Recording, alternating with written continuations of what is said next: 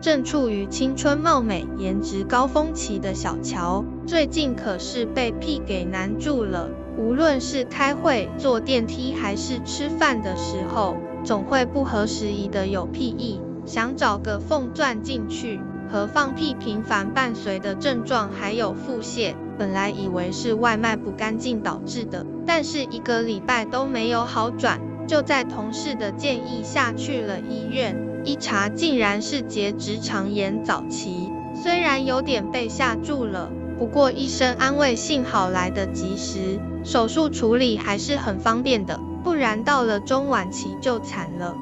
放屁多就是肠炎吗？其实放屁多并不意味着就是肠炎，如果饮食上吃了一些易产气的食物，肠道感染等都有可能引发屁多的一些症状，像洋葱、地瓜等的一些食物，吃多了很容易导致体内产生气体，这些气体需要通过放屁排出来。另外，肠道感染也会导致肠道内的气体增加，引发放屁多。如果光凭放屁多少就判定肠炎并不合理，还要了解肠炎的一些具体症状。如果频繁放屁，并且伴随便血、大便性状异常、腹痛等的一些症状，那就可能是肠炎在作祟了，要尽快排查。这2种屁需要警惕。放屁一般是人正常的代谢症状，如果出现了下面这2种味道的屁，就要警惕是疾病发出的信号了。血腥味屁，消化道有出血或者肠道内有恶性肿瘤，在体内细菌的分解作用下，就会出现血腥味的臭屁。如果同时还伴随黑便的话，就要尽早排查了。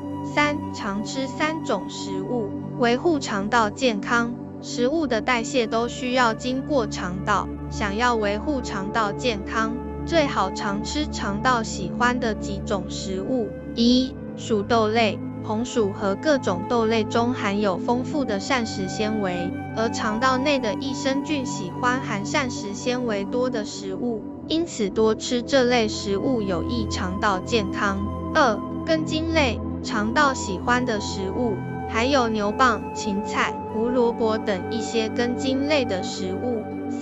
海藻类，裙带菜、海白菜、石花菜等的海藻类食物，不但营养丰富，还有助于肠道健康，也可以适当多吃。俗话说放屁是人之常情和本能，但是如果频繁的放屁的话，那就不光是尴尬不尴尬的问题了，还可能是预示着体内出现了疾病。要理性的看待放屁多这件事，毕竟饮食、肠道感染都会导致放屁多。不过如果出现了血腥味屁和臭鸡蛋味屁，就要警惕了，可能是身体内部疾病发出的信号。平常尽量多吃一些薯豆类、根茎类、海藻类等有益肠道的食物，还要定期的做好体检。